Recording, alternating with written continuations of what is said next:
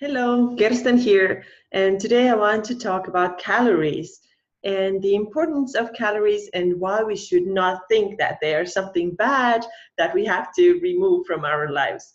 Although this is what the health and fitness industry always tells us to do, because whatever fitness magazine you open or whatever fitness blog or website you open, the goal is always to cut calories and add more exercise, so you put your body to a deficit and you will of course lose weight, which seems to be everyone's goal right now. Although not everybody needs to lose weight, everybody wants to do it, and this is where we get into problems if even those who don't absolutely have any weight issues think that they have to cut back on calories even more and lose weight even more. Today, I want to discuss why we should change the way we think about calories and why we should stop being so afraid of them. First of all, what we know about calories is that they are energy, right? And we need energy not only for working out, although this is how we usually think. Oh, I burn calories when I run or when I lift weights. But we don't realize that actually we need calories for all the other things too that we do in our lives. We need calories for living, right? We need calories to be able to think, to be able to eat. Yes, when we eat, we do burn calories. We need calories to keep our hormones working properly. We need calories even when we are sleeping. Yes, that's true. We do burn calories when we are sleeping. Instead of thinking that calories are something horrible that we always have to cut back, let's start thinking about calories in terms of what they do for us. And they do a lot of amazing things.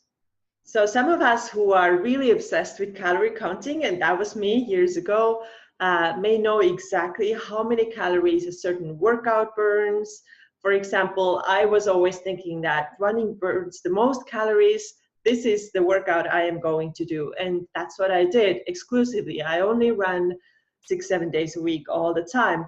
And other people know that, okay, HIIT workouts burn a lot of calories. This is what I realized later.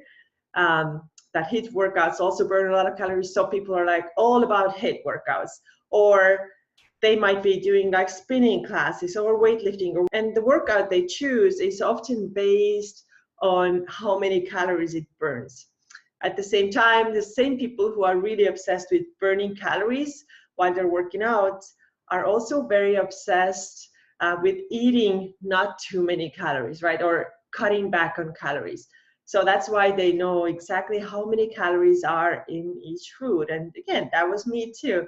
I knew that there's too many calories in a piece of cheese. It's not worth it. I'm taking in much more that I'm getting in return. It's, the little bit of taste that I actually really love. It's not worth it. There's too many calories. I'm not going to eat it. Same thing with nuts. I absolutely love nuts. I've always loved nuts. But when I learned that there are so many calories in nuts, I basically decided that I shouldn't be eating them because they will make me fat, and because I was so afraid of calories.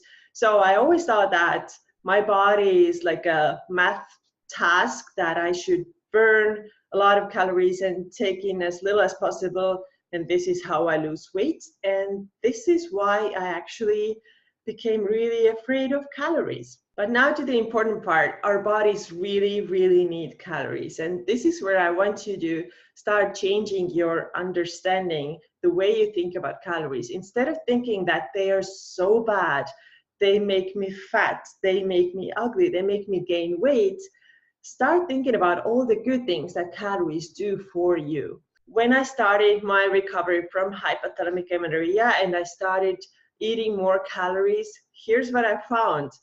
My sleep got so much better. After eating higher calories for a couple of months, I felt my energy coming back. So I know a lot of women, and including me in the past, I was working out so much. I was so exhausted all the time because I didn't have energy. So now when I increased my food intake, I increased my calories, I was slowly starting to feel how my energy is coming back, and it made me feel so much better. My thinking got so much clearer when I started to eat more calories. And I remember this one time, it was years ago, when I was on my super low calorie restrictive diet and I barely touched any fats. I don't know where I got this courage to do this experiment, I guess. I read a book on brain fog. It said that fats are really, really essential to improve your brain functioning and your memory and your ability to think clearly. So I tried it for like 3 days. I ate avocados and added oils to my foods. I was so scared, but I did it, and I swear my brain fog just like lifted. It went away. I started to think so much better and clearer. However, because I was so afraid of calories, I stopped this experiment because it was more important for me to be skinny than to be able to think clearly. That was years ago. Of course, I don't do that anymore, and fats are a really, really important part of my diet. Another thing that we need energy for is our hormonal functioning. For example, if you have lost your period or your period has become super irregular, then this is a sign that something is hormonally very wrong. And there can be a couple of reasons why you lost your period, but if you were that person who counted all the calories she ate and burned as many calories as she could, then it's pretty obvious that your period stopped because you were under eating, because you were not giving yourself enough calories. We need calories to keep our hormones functioning normally. You probably know my story that when I gained weight, it took me 5 months to get my period back after 10 years of not having it. So calories were really the answer. I really needed to put on weight to get my period back and to get my hormones back on track. So that's what happens when you stop eating enough calories, because you see the calories as the enemy that should be removed from your life, right? So say that you want to lose weight and you think that it's a great idea to eat less calories and exercise more. So you create a caloric deficit and you will start losing weight. Yes, it does happen at first, definitely. It's going to work. But later, after maybe months or years, it's not going to work anymore. And you start to notice signs from your body that tell you that this caloric deficit, if it's been too big, if it's been too much pressure for your body, is starting to hurt your health. And you will start to get the same issues that I just talked about: loss of period, loss of sleep, extreme exhaustion. A lot of times people also get injured because they are just so weak. They're not able to think clearly.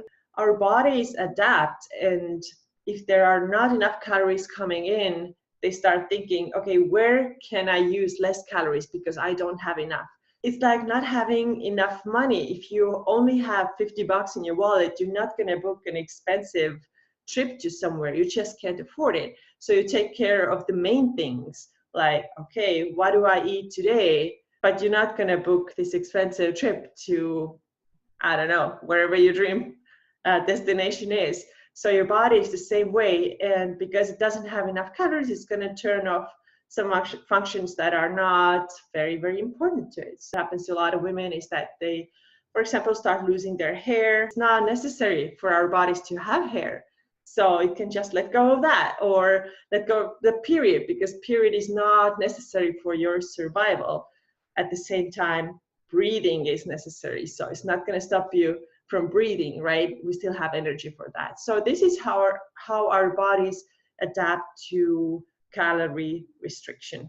Overall, I think the information that the health and fitness magazines and websites, not all of them, but many of them, are giving us to cut back, eat less calories, exercise more, a lot of times it can totally mess up our health if we push it too far, right? We start to get all these symptoms that I already mentioned.